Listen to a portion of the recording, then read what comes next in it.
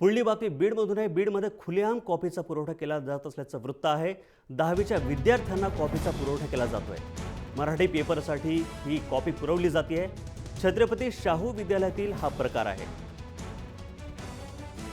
परीक्षा सुरू आहे 10वीची आणि 10वीच्या विद्यार्थ्यांना कॉफीचा सर्रास पुरवठा केला जातोय। बीडमध्ये खुलेआम कॉफीचा हा पुरवठा केला जातोय। प्रतिनिधी उद्धव मोरे आहेत। उद्धव, काय याविषयी अधिक माहिती आहे? नितीन, खरं जर पाहिलं तर बीड जिल्ह्यामध्ये अत्यंत कॉफी मोठ्या प्रमाणात पुरवली जाते अशी एक चर्चा संबंध राज्यामध्ये आहे आणि याच अनुषंगाने या कॉफी मुक्त बीडला करण्याचं आवाहन शिक्षण विभागाने घेतलं होतं।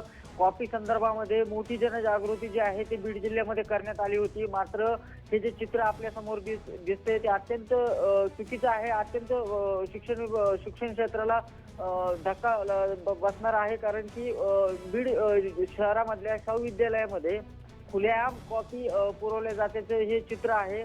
आणि परीक्षा केंद्राबाहेर जे पोलीस त्या ठिकाणी बंदोबस्तासाठी लावण्यात आलेले आहेत ते अक्षम्य या प्रकाराकडे दुर्लक्ष करताना आपल्याला दिसत आहे। कॉफी मुक्त बीड या आवाहनाला कुठे ना कुठे या घटनेने तडा गेल्याचे चित्र सध्या आपल्याला दिसते। नितीन, पण उद्धव, यावर प्रतिबंध घालण्यासाठी काय उपाययोजना त्या ठिकाणी केल्यात? पोलिसांना या सगळ्या संदर्भामध्ये माहिती देण्यात आली आहे। त्यानंतर पोलिसांच्या 2 तुकड्या ज्या आहेत ते या परिसरामध्ये तैनात करण्यात आले। तर सध्या कॉफीचा जो पुरवठा आहे तो बंद करण्यात आलाय।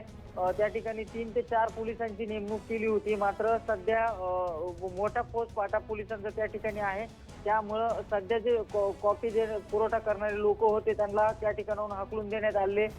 परिसर एकदम मोकळा करण्यात त्या ठिकाणी आलेला आहे। मात्र यापुढे अशी घटना घडू नये यासाठी पोलिसांनी खबरदारी घेण्याची सध्या गरज निर्माण झाली आहे। नितीन, धन्यवाद उद्धव या संपूर्ण माहितीसाठी। तर बीडमध्ये 10वीच्या विद्यार्थ्यांना कॉफी पुरवली जाते। काल सुद्धा लातूरमध्ये असाच प्रकार उघडकीस आला होता आणि आज बीडमध्ये असला प्रकार घडतोय।